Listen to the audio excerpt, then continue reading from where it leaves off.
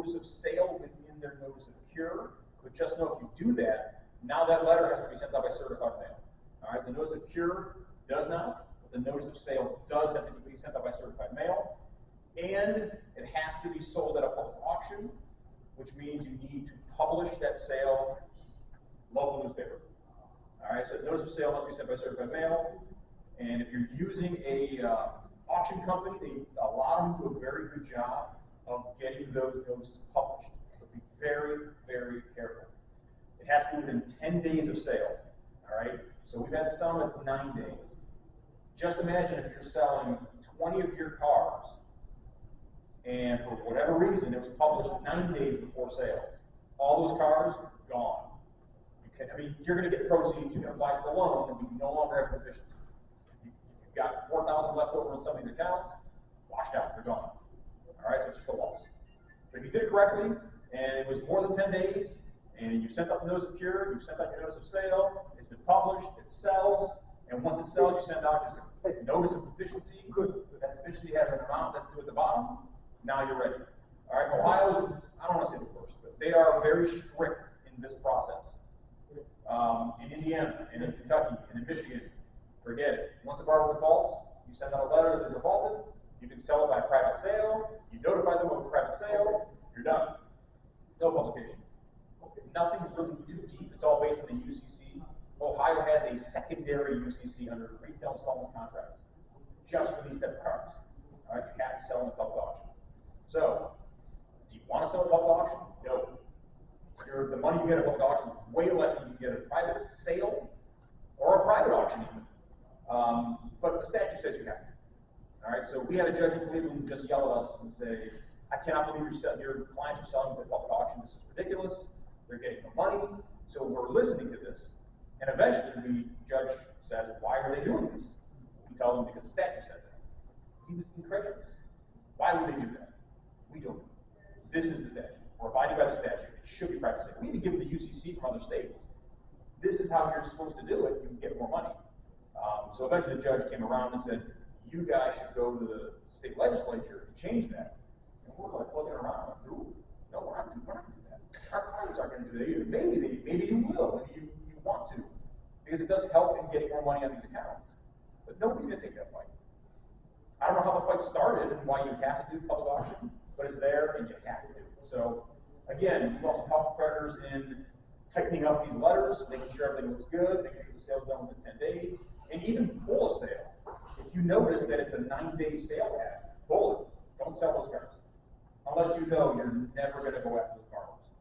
All right, so again, if you've got the lien, you repo the car, you sent out the notices, you've got a sale, you've got a deficiency. Now you've got some, well, it's debt, it's recoverable debt. All right, if you do any of those wrong, it's no longer recoverable.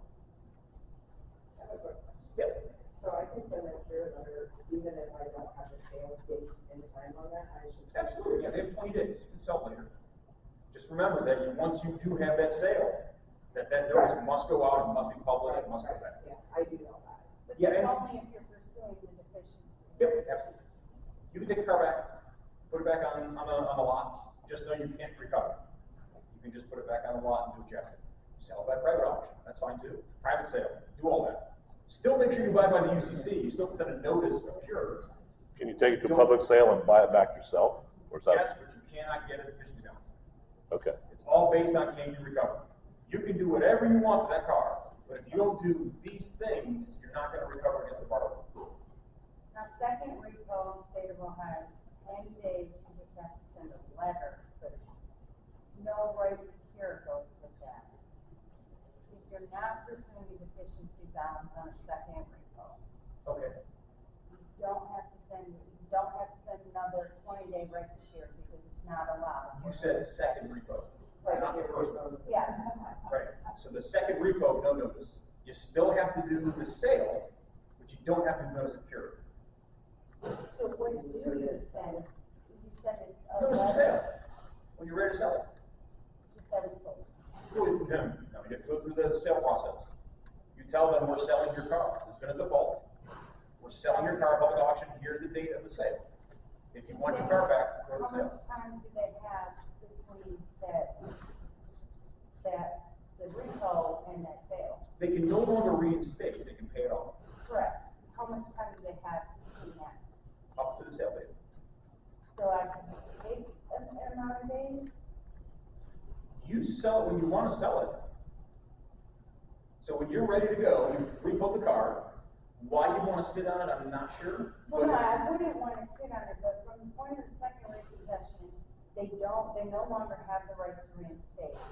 I have the right to let them know, hey, you have to pay off this full balance if you want this car, which, you know, could be 12, 15,000, whatever it is. But how much time do I have to give them to pay off that full balance? Is there an allotted amount of time, like the 20 days? And Or you have to really- This was just referred to as the cool-off period in the first repo, which you're using the second repo. So again, second repo, once you've taken that car, you can still have them reinstated. If you want to get reinstated, that's yours, but on the other side of it, require full repo fees and all of that on the second one if we so choose. But is there any amount of time that we're legally obligated to allow the customer to come pay off the entire balance? no, because after you've sent out that notice of cure, the notice of sale doesn't get triggered until you actually set it for sale. So I don't have to send them anything on second repo. No, I don't have to notify. if you sell it, if you're about to sell it, yes. Okay. That notice of sale is required if you have 75 repos. Once you start the process of selling, that's when notice of sale is ready to go. Then you get a 10-day window of publication. Question, you have a car at the auction, you already advertised it, scheduled to go through the date, for some reason it doesn't go through, it didn't start or what have you, they reschedule it 2 weeks later. Do we have to send out another notice of sale? Yes. We've seen some that have gone through 15 sales. For whatever reason, it gets canceled, whatever reason it's for. Anytime you reset it, you send this notice.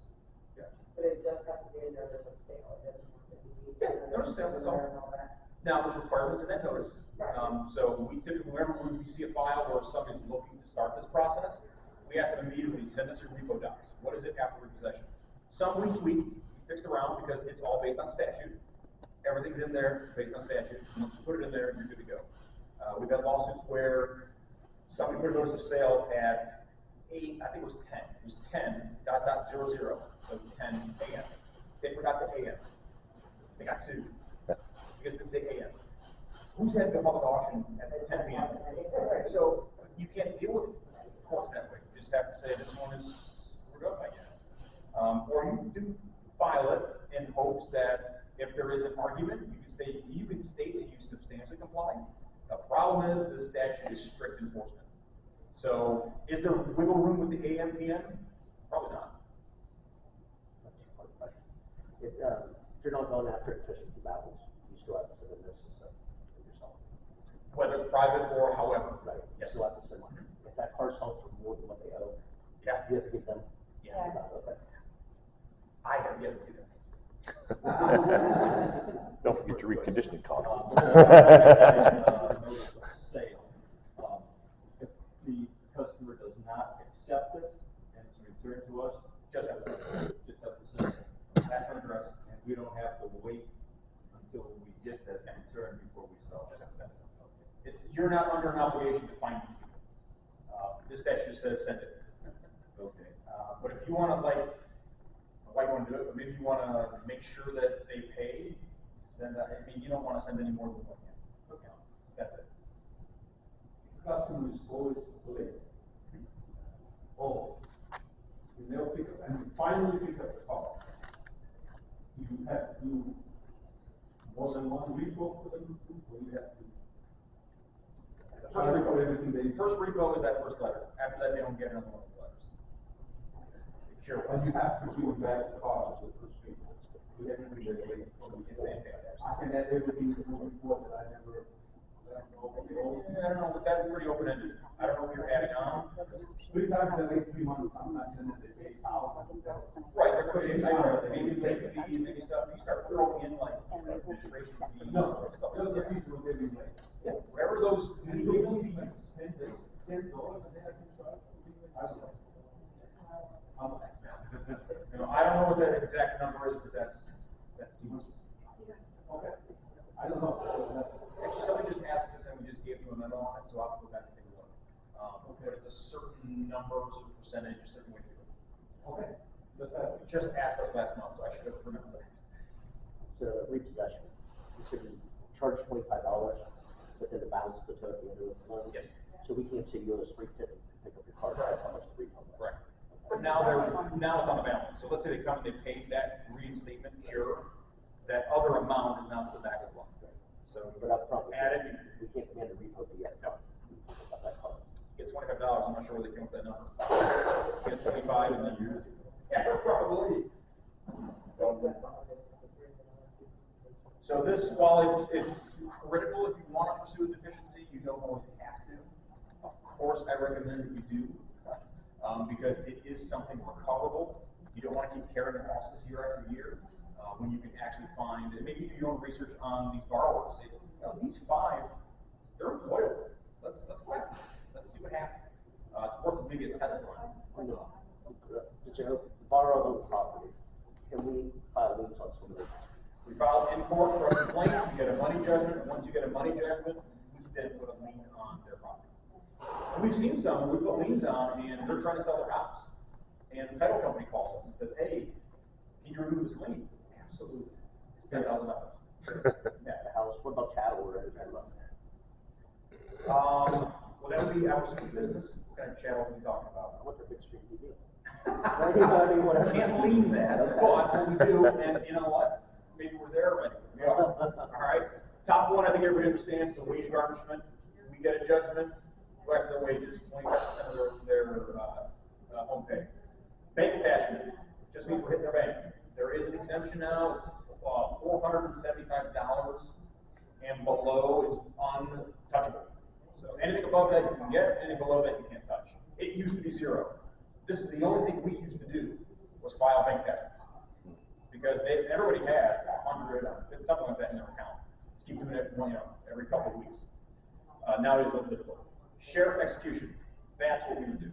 All right, that's where you get the judgment again, and after judgment, we would file a press release to the sheriff and say, Sheriff, we know they've got property. We want to go ahead and execute on this property. Here are the items. You have to know some of the items, and we want to execute against them. If it's their personal property, their actual in-home stuff, I don't see many courts allowing that going on. But what you can do is, which is on that list, next is a debtor's examination. Bring a debtor in after judgment, you ask a bunch of questions. And it's done informally, and if they don't want to answer your questions, you do it in front of a judge, so that if they don't answer, you can get an order against them.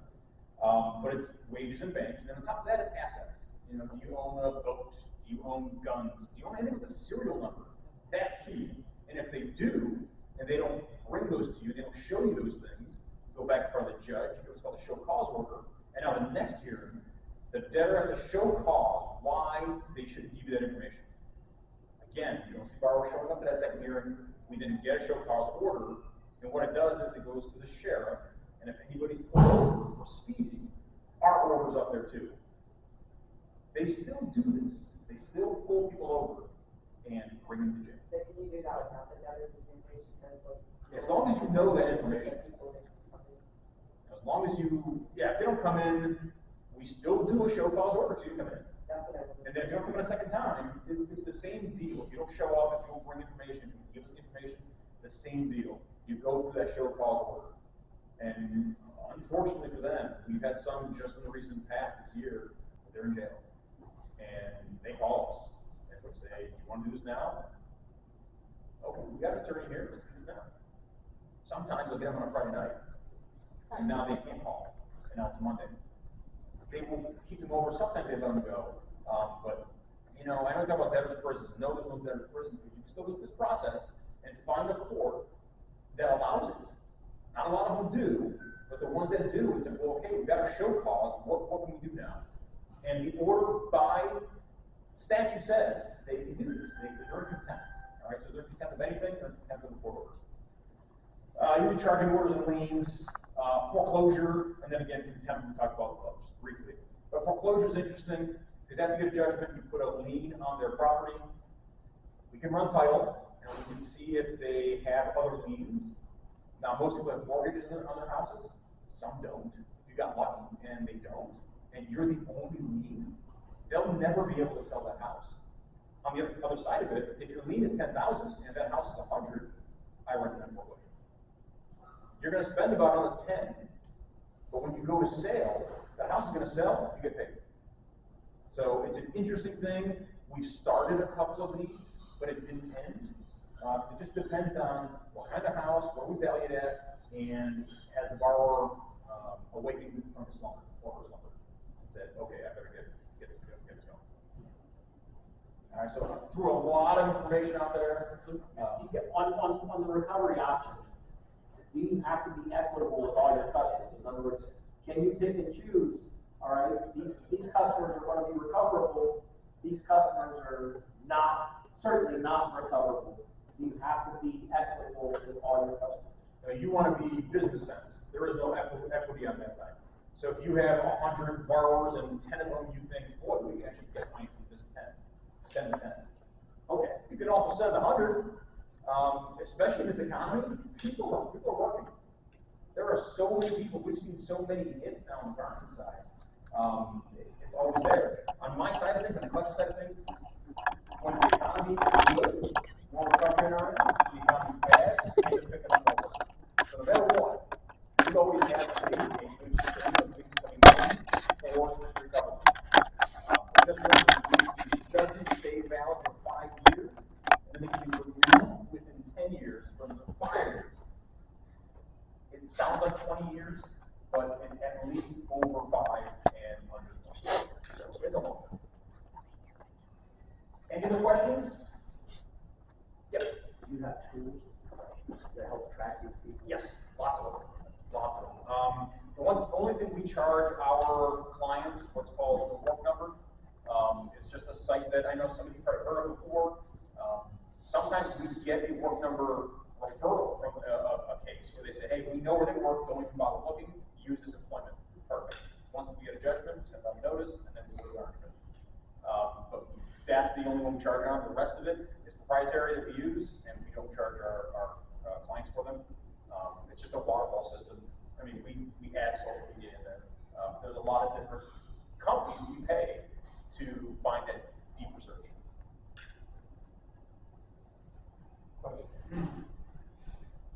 Vehicle auto treatment for the last 2 or 3 years, I can't find an owner, I can't find anything. They always move, and I cannot find the last one. Whenever I think they find something, it's not there. What can I do? Is there a way I can transfer the title without having the car back to the company, my company, or no? Well, I would assume as you guys do that for repos. Okay, fine. But I don't have a car, it's only my possession. Oh, that's what you've recovered. It's been 3 years. People stop paying, they can't find them, now they always move. I find an address, I go there, and they already move. What's the point, I guess? Why would you do that? Because they cannot do the registration, and then they have to come and talk to me. Okay. But I don't know, there's no legal way to it. This is complicated. Yeah. That's what I'm asking. I don't know about that. We always say at the end of the day, you can sue the borrower. Even if you can't find them, we can probably find them. We can't find you. There's a lot of people who can't find them.